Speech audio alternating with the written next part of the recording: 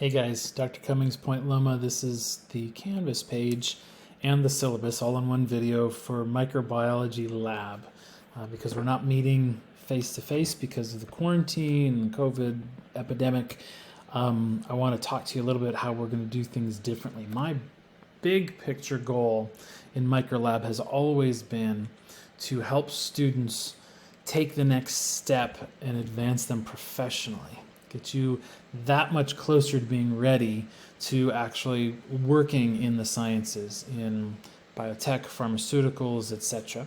And so since we can't get together and do research together in the lab, which is what we normally do, what we're going to do is we're going to focus on the primary literature. And you might be thinking, oh, I've read a journal article before. What I do in this course, this lab course, is really stepwise teach you how to read a scientific journal article, all the various details of it, and how to extract the most important information. So I'm not just going to hand you articles and say read them.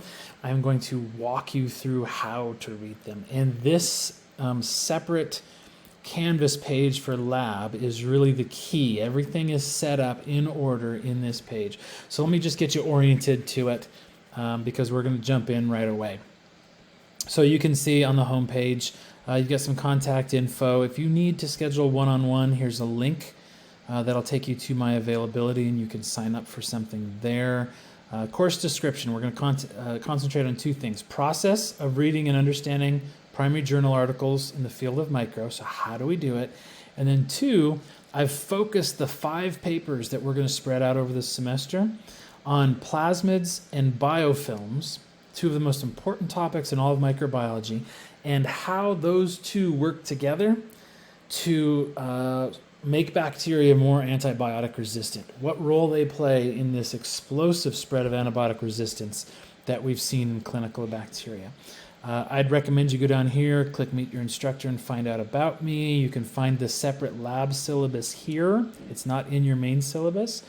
And then there, just about everything's going to be found in your modules. Okay, let's take a quick look at the syllabus, and then I'll show you how this is all played out in the modules.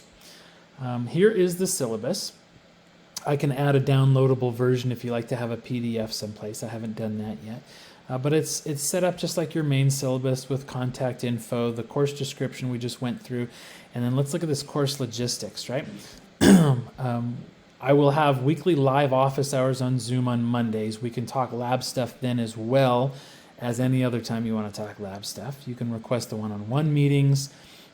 All the course requirements are in modules. You're going to work through those week by week. The main thing that you're going to be doing is reading portions, assigned portions of a journal article, sometimes reading assigned pages, especially in the first few weeks, from the Gillen booklet called Reading Primary Literature. So you might read a section on methods and what's going on in the methods, and then you'll actually go read the methods from a paper. And then the way I want us thinking and talking about it's not going to come in the form of quiz questions or exam questions or graded. They are graded, so I can't say not graded assignments. Graded assignments is what they're going to come in, but they're all organized into discussions. And you're going to be sick of discussion boards, but it's the way it goes. They're very short. You'll have a very short, usually a word limit associated with it, response. So I might ask a question like, okay, based on the introduction, what's the hypothesis they're testing? And you've got to dig that out.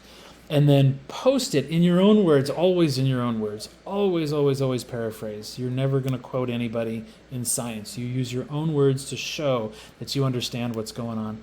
And you will have small groups that I've already assigned you to, groups of 5, I believe they are, where you will work just in that small group to share your discussion board post and then respond to other people's posts. In other words, you're going to have an answer, and then other people are going to chime in and say, yeah, that's great, but I'm not sure you used the right word here. It's not really all prokaryotes, it's just all bacteria or something along those lines, right? The idea is to sharpen each other.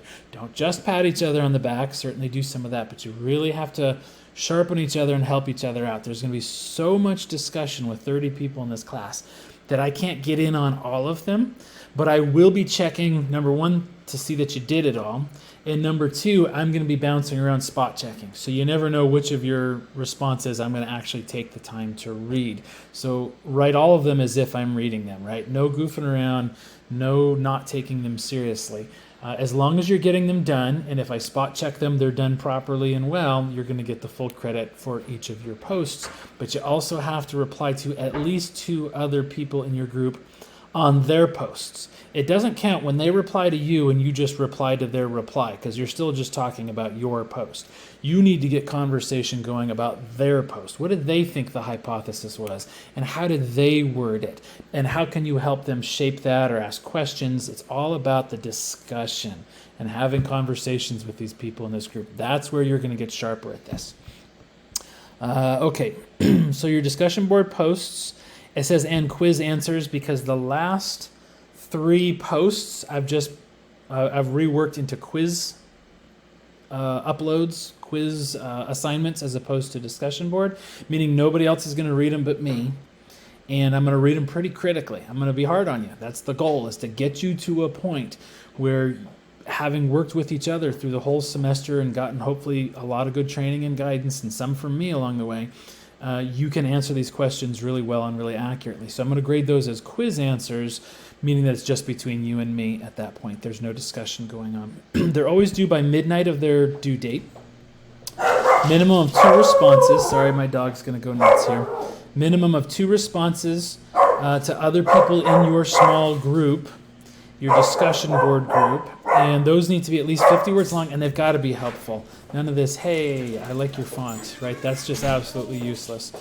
Lots of people coming and going here, so they need to be helpful. Keep that in mind every time you do it. Like, how can I help this person move on to the next step or improve upon what they're doing? They're due within 48 hours of the original post's due date, meaning if you're the first, let's say you're the second person to post, okay? Don't just immediately respond to somebody else that had posted. Wait until the due date has passed and then start posting your responses. That way you've given everybody, all 4 people in your group, a chance to post their initial post, and then you can start the conversation. And then this is important. Every time you post, because there are always word limits, at the end of your text, it's usually like a paragraph long, do a quick word count, and then in parentheses, tell me how many words there were. It's going to hold you accountable. It'll help me to glance at them and make sure that they weren't too short or too long. Okay, some learning outcomes. Given a specific paper, okay, so hand you a journal article, a modern current journal article in microbiology on plasmids, biofilms, and antibiotic resistance. Those 3 topics combined. Identify the larger context. Where does it fit into the big picture? What are they trying to contribute to, right? All science research is trying to contribute to some larger program, something bigger, some bigger question that maybe multiple labs have been working on for decades. Broad-reaching effects, right? So identify that larger context. Make claims based on evidence in the paper. So look at the evidence and make a claim and justify that claim using the evidence. And then also be able to explain the methods. So really understand, okay, if they used a Western blot, what the heck is a Western blot? How does it work? What are the limitations? What are the strengths? What kind of results do you get? How can you use a Western blot? Okay, so the larger context, the claims and the evidence, and then the methods used to collect the data that becomes the evidence for the claims. Required and recommended study resources. I'm going to give you the 5 articles within Canvas, but you have to buy this booklet by Chris Gillen.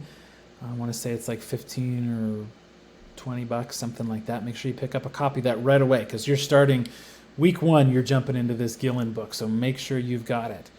The units and how the units are working out, right? A 1-unit class usually adds up to 45 total hours of work.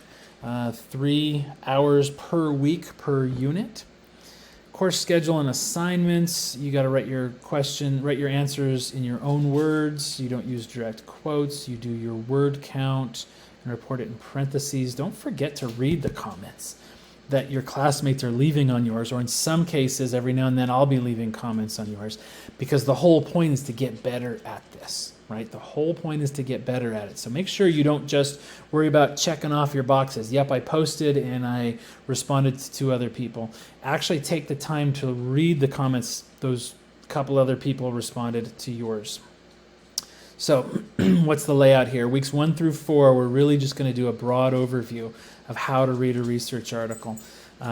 You can see that on August 20th, discussion board 1, introduce yourself, is due, and discussion board 2, your personal approach, is due. The instructions are found in the discussion boards within Canvas. You'll go to those, and by the 20th at midnight, no later, you want to have responded to both of those, paying close attention to any word count limits, sentence number limits, etc. that I've put in each of those. After midnight on the 20th, you're going to pick at least 2, if you want to do all 3 you can, people in your group, and respond to their introduce yourself post and their personal approach post. Okay? Make it a thoughtful response. This is an important practice, learning how to respond thoughtfully to something that somebody posts for you. The following week, we're going to focus on the title and the abstract. There are short videos embedded in each of these, and sometimes some short reading as well, where I'm talking about what's the title? How did these guys even come up with this title? What can you get just out of the title? Discussion board 3 is just a question on the title. Discussion board 4 is a discussion on the abstract, a question about the abstract. And then discussion board 5 is about the specific problem. What can you tell from the title and abstract is the specific problem that they're trying to figure out? What are they trying to do in this paper, and report on it? Give yourself enough time to do the reading, because that's what's going to be the longest. The writing will be relatively quick. In most cases, you're limited to just a few sentences or 150 words, which isn't much at all. And which is that's very intentional. Another important practice in science is learning how to be very concise and precise in your writing. Very efficient and effective, very economical in your writing. Okay, the following week, you're going to read the intro and discussion. You're going to watch videos on how to get the most out of the intro and discussion. You're going to read portions of Gillen. In fact, these first 4 weeks is when you're going to read the Gillen booklet. So make sure you've got that. You've got Gillen assignments all the way through here, and you're going to respond to questions, to prompts on the intro and discussion, to the specific problem that you already talked about here, but now that you've looked at the intro and discussion, can you revise it? And then some questions about the methods and results. And then we'll move into the next topic. 5, 6, and 7 is methods and results, and we're going to start getting a lot more intense at this point with some deeper questions. You got to make sure you are ready to use the full 3 hours that I've planned on for you to do the reading and answer the questions. Diagramming protocols and experimental workflows, interpreting figures and tables, interpreting figure and its associated methods, really important combination skill to be able to put those two together. Weeks 8 and 9, we're going to focus just on the intro and discussion. What can we get out of these? In the intro, we're going to focus on the significance of the topic and the background context of this particular study. And then in week 9, that was week 8, in week 9 we'll be looking at what we call major findings or major claims, and then the overall relevance of the paper. Where do their results now fit into the bigger picture of other labs working on this exact same problem? And then we're going to get into the major claims. This is the real meat of an article. So what's the overall relevance of the paper and the specific problem that they've identified? And then 2 major claims, and the major claims, meaning these are big things that they've sort of concluded essentially in their discussion section, and how do they support it from the data. And then finally, in the last couple of weeks, 13, 14, and 15, you're going to work on this on your own without your partners, and you're putting the whole package together, a single paper, and each of these chunks, by the way, is a separate paper. You're going to identify the overall relevance and specific problem, and you're going to work hard on identifying 2 major claims and supporting those 2 major claims. Your discussion board posts and the responses are worth 5 points each for 100 points, and the quizzes are going to be worth 10 points each. So these 3 here in the end are worth more. They're going to be worth 30 points total for that whole week, because by then I really kind of want to test you on this on your own and see that you've learned how to pull all this out. Late assignments. In most cases, I won't accept them late unless there's a good excuse and you tell me ahead of time why you're going to be late. Now, then if some emergency came up and you have to tell me afterwards, I'm going to do my best to be gracious and flexible on that. But for the most part, you got to stick to these due dates. So if you're not good at due dates, get your Google Calendar out, set your timer and your alarm, whatever you've got to do. Academic honesty, accommodations, attendance. Here's the course summary. It's all there, and everything is laid out in your modules. So take a good close look at the modules and let me know if you have any questions at all about how this is laid out. And notice, this is really important, notice that we start the very first week. So find out by looking through this overview what to do the first week and make sure you get it done on time. Okay, see you guys soon.